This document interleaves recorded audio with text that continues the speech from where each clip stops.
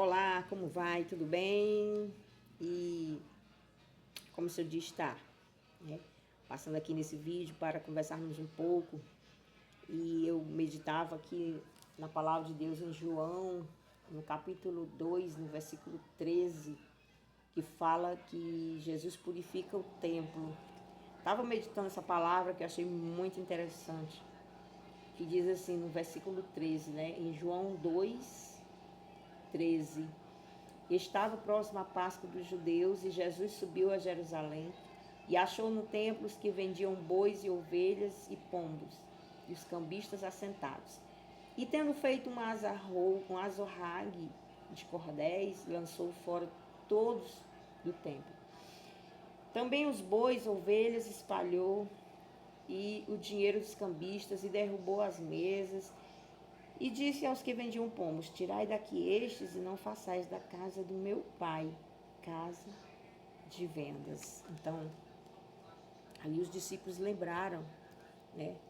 Como dizia na palavra de Deus, o zelo da tua casa me consome. Então, o zelo da casa de Deus devora, né, a vida daqueles que verdadeiramente andam na presença de Deus. Ou seja, a pessoa que ela anda na presença de Deus, ela tem o desejo, ela é tomada pelo desejo de transformação, ela é tomada pelo desejo de mudança, ela não aceita que a vida dela continue da mesma forma que era, que existia antes da sua conversão, antes do seu encontro com Deus. E através desse versículo, o Senhor ele falava ao meu coração do desejo que Ele tem de limpar a nossa vida, de transformar, de não deixar a nossa vida do mesmo jeito que estava quando Ele chegou na nossa vida. Jesus chegou ali na casa de Deus e viu aquela bagunça, né? Tudo fora do lugar, pessoas vendendo, pessoas comercializando ali na casa de Deus.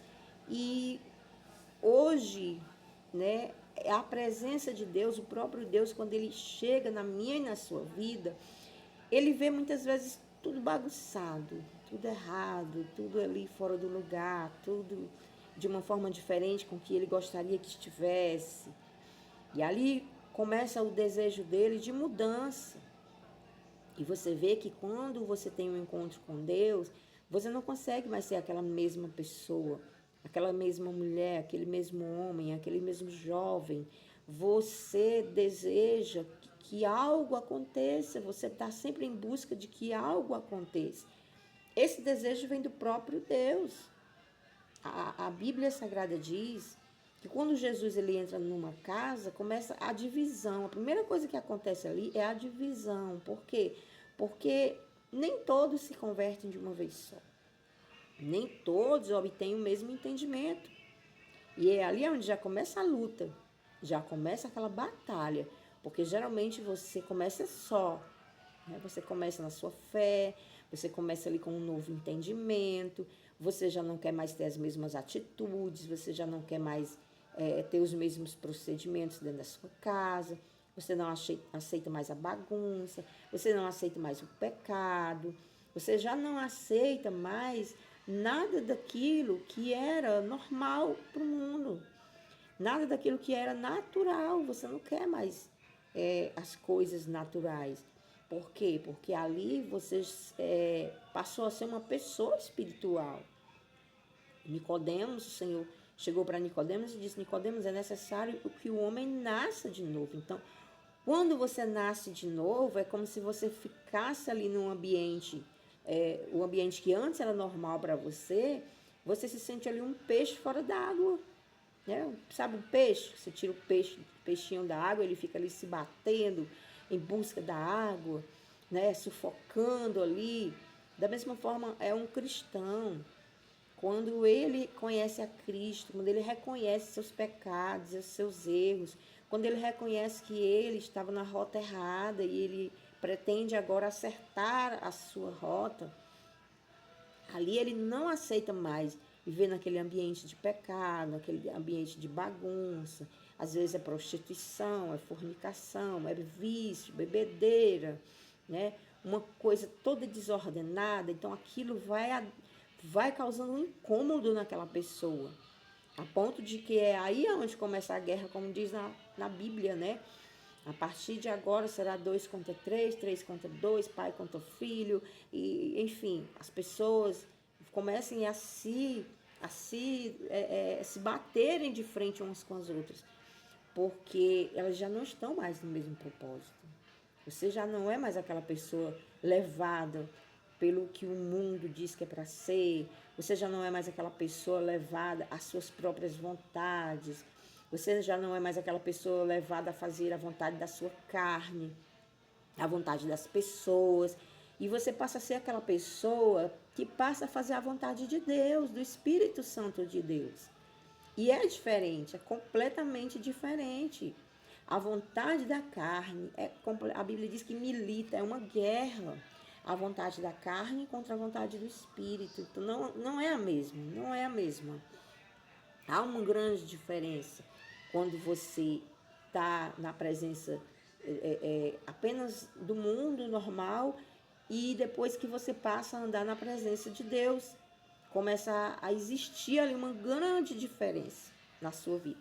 E essa diferença, ela vai resplandecer, como diz a Bíblia, como astros no mundo. E as pessoas vão começar a notar. Elas vão começar a notar a sua diferença de comportamento, a sua diferença de falar, o seu modo de pensar.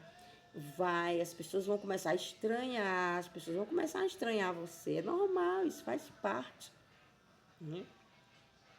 Mas o Senhor Jesus, ele disse que no mundo nós iríamos ter essas aflições, mas ele também mandou a gente ter bom ânimo, ou seja, não desistir, não desanimar, não baixar a cabeça para isso, porque mais cedo ou mais tarde todos irão ver quem está certo e quem está errado, porque pelos frutos se conhecerão a árvore, né? Então, mais cedo ou mais tarde eles vão ver, poxa, quem está certo é ela, quem está certo é ela, eu estou errado.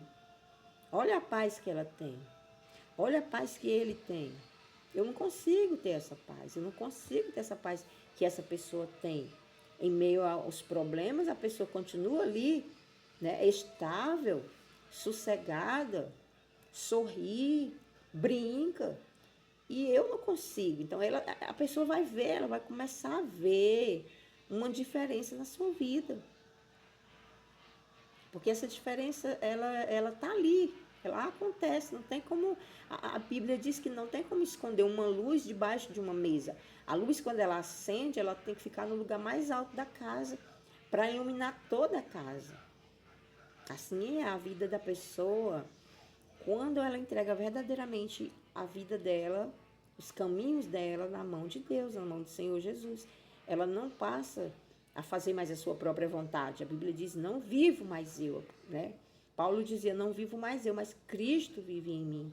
Então, dali por diante, ela já não é mais aquela mesma pessoa que age por impulso, que dorme e acorda às vezes como um animal, né? Às vezes tem pessoas que elas vivem como um animal. Elas não oram para dormir, elas não oram quando acordam, elas não oram, não apresentam o alimento que vai comer, não apresentam a água que bebe, não apresentam a bebida que bebe. Elas vivem simplesmente de qualquer jeito. Sabe um animal, um bicho? Né? Um bicho, um cachorro, ele sai ali na rua, ele faz aquilo que o instinto dele manda. Deu no instinto dele ali, deu aquele impulso dele fazer, ele vai lá e faz, né? Ele pega qualquer cachorra, ele briga com outros cachorros, ele briga por comida, ele briga por território, né? Um cão, um cachorro, ele é assim. E às vezes as pessoas estão vivendo assim. Tem gente que está vivendo pior do que um animal. Ela briga por tudo, ela briga por comida, ela briga por território, ela briga para ser maior, ela briga para aparecer, ela briga para brilhar, né? O cachorro, ele sai marcando ali o território dele, e aí daquele que chegar ali naquele território ali, vai ter briga, vai ter confusão, vai ter contenda. E infelizmente é a vida da pessoa que não tem a direção de Deus, que não tem o Espírito Santo. Ela amanhece o dia, as coisas têm que ser do jeito dela, do jeito que ela acha que tem que ser. Ela não pergunta a Deus, além dela não saber qual a vontade de Deus para a vida dela, ela ainda comete o erro de não perguntar. Porque se você não sabe, mas eu não sei qual é a vontade de Deus, como é que eu vou saber qual é a vontade de Deus para a minha vida? Pergunte a Ele. Não pergunte às pessoas. Às vezes as pessoas saem perguntando às outras sobre a vida dela. O que é que você acha de eu fazer isso? O que é que você acha de eu fazer aquilo? E as pessoas vão dar a opinião delas. E muitas vezes a opinião da pessoa não serve para você. Porque cada um de nós somos únicos aqui nessa terra. Eu sou única, você é única. Então Deus tem um plano para a minha vida, Deus tem um plano para a sua vida. Deus tem um projeto para mim, Deus tem um projeto para você. Então, nós temos que, para que nós não venhamos errar, mas venhamos acertar naquilo que Deus tem para nós e quer para nós, é necessário que venhamos perguntar a Ele.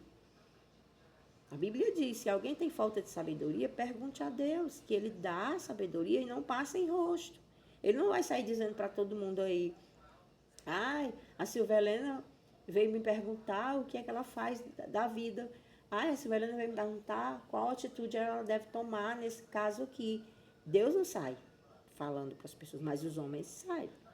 Muitas vezes você chega para pedir uma opinião de uma pessoa, um conselho, você sabia que quando você vira as costas, aquela pessoa fala para outra pessoa, sabia que quem foi que veio aqui? Fulano veio perguntar o que é que eu achava dela fazer isso, isso, isso. Infelizmente, existem pessoas assim. Sim, existe. E nós temos que tomar cuidado com isso. A quem eu estou confiando a minha vida? A quem eu estou confiando os meus conselhos? A quem eu estou confiando o meu pedido de conselho?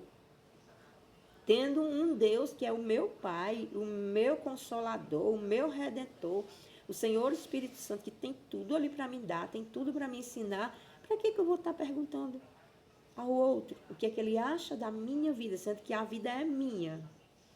Quem tem que saber da minha vida é Deus e eu. Eu é que tenho que saber se eu estou agindo certo, se eu estou agindo errado. Eu não tenho que sair perguntando às pessoas.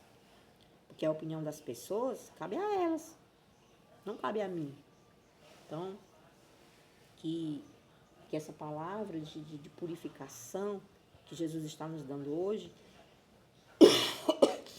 venhamos pôr ela em prática e deixar que haja essa purificação dentro de nós. O que precisa ser limpo aí dentro? É um orgulho? É uma soberba? É uma arrogância? É uma mágoa? É um ressentimento? Às vezes tem coisas aí dentro que você não sabe que tem. Você acha que está bem limpinho. Mas às vezes qualquer coisa te magoa. Qualquer coisa te tira do sério. Qualquer coisa faz você mudar de rota, mudar de opinião.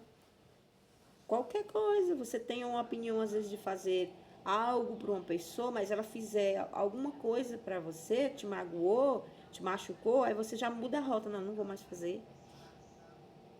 Não vou mais. Estava até pensando em fazer isso para fulano, mas não vou mais fazer. Às vezes tem uma mágoazinha aí guardada, um orgulhozinho besta guardado, escondido aí. Jesus nessa manhã está dizendo para você, ele, quando ele entra na casa, ele entra para limpar a casa. Não adianta esconder nada debaixo do tapete, porque Jesus vê tudo. Ele conhece tudo, ele conhece as mágoas, ressentimento, tristeza, dores não vencidas. Em vez de você sair dizendo para todo mundo que você venceu essa dor, que você ainda não venceu, fale para Deus, eu ainda não venci essa dor, eu preciso fazer alguma coisa, Jesus. E é necessário que o Senhor me dê a direção do que eu devo fazer. Nem que eu tenha que ir para um parque, quando chegar lá, eu abrir o bocão bem grandão lá e gritar bem muito, olhar para a praia e dar um grito na frente da praia. Eu já fiz isso. Eu já fiz isso dentro da minha casa uma vez, saiu todo mundo correndo para ver o que era. Chegou lá, não era nada, eu estava sorrindo, porque eu tinha acabado de extravasar uma coisinha que estava me incomodando, sabe aquela coisinha bem pequenininha, sabe aquela pedrinha que entra às vezes dentro do teu sapato, sabe? Que incomoda, né? Uma pedrinha bem pequenininha, você tem que parar a rota, tirar o sapato para tirar a pedrinha, porque senão você não consegue andar. Assim é a nossa vida aqui nessa terra. Às vezes é necessário parar, tirar a pedrinha do sapato para continuar andando. Porque Deus quer que você continue, não pare. Não pare aquilo que o Senhor chamou você para fazer. Não pare de usar o dom que Deus te deu, na medida que Ele te chamou para ter. Não é na medida do outro. Não é na medida de A, na medida de B. Não é fazer do jeito que fulano faz. Eu acho tão bonito do jeito que fulano faz. Não, não é. Deus não chamou você para andar na medida do outro. Ele chamou você para andar na sua medida. Na sua medida. Ele chegou para Gideão e disse: Gideão, vai na tua força. Ele chegou para Davi e falou ao coração de Davi que Davi ia vencer, mesmo sozinho. Davi venceu sozinho. Ninguém ajudou Davi. Davi venceu Golias sozinho. Não teve ajuda de segundos. Então não espere a ajuda de ninguém para fazer aquilo que Deus te deu a medida para fazer. Que Deus abençoe. Meu nome é Silvia Helena. Não esquece de curtir esse vídeo, dá teu joinha aí, inscreve no canal, compartilha. É um vídeo simples, abençoado, objetivo, de coisas que Deus fala ao meu coração e pede para eu passar rapidinho para você, que às vezes, pode mudar uma rota. Às vezes uma palavra pode mudar a rota de uma vida. Que Deus te abençoe. Fica na paz, Senhor Jesus. Deus abençoe você, toda a sua casa, toda a sua família, em nome de Jesus Cristo.